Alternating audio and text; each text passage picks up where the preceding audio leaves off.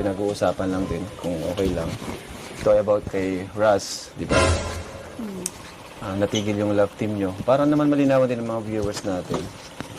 Sabi kasi nung iba, totoo ba yun na natigil yung love team nyo, gawa ng may girlfriend daw si Raz? Nasaktan ka daw, nagselos ka?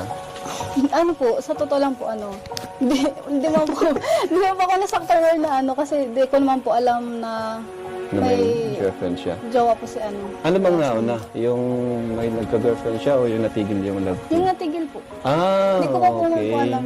So, nauna naman pala yung natigil yung love team. Okay. Ano naramdaman mo dun?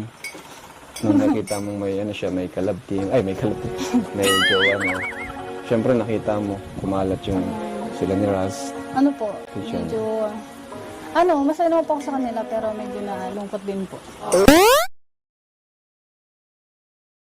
Pero masaya naman po ako sa kanila. Masaya naman po ako sa kanila. Grabe. So, anong message mo sa kanya ngayon? Mapanood mo. Namimiss na rin namin ang Rara eh. Ano ba? Kuya, hello po, Maganda tong topic na to, guys. ingat ka po dyan and mag-aral, sana makatapos ka pag-aaral, ganun. Tapos, medyo nakakamiss din yung, bonding natin.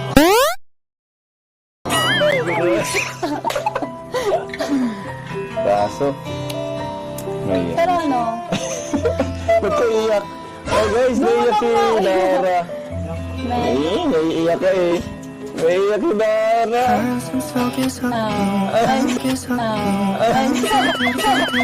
Kaya okay lang yan.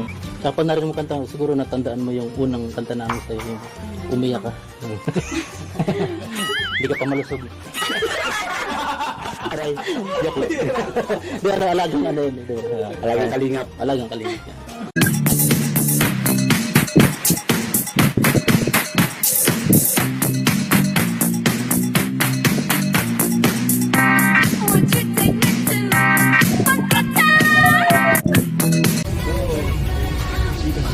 Pahon, no? Grabe, pahon. Badan jaro dito.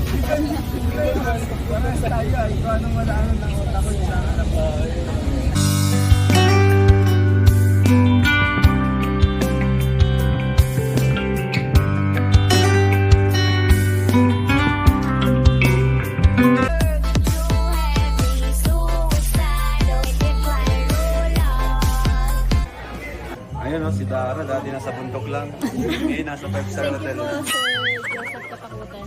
Sa pag-stay po dito sa pinakamagandang hotel. And yun po, kaya lang din po naka-experience ng makatulog sa magandang tama.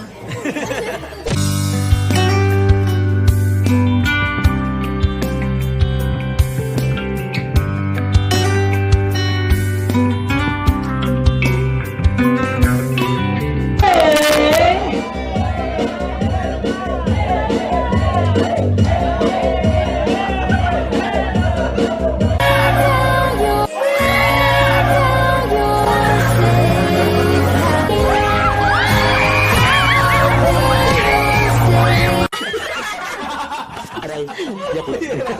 Di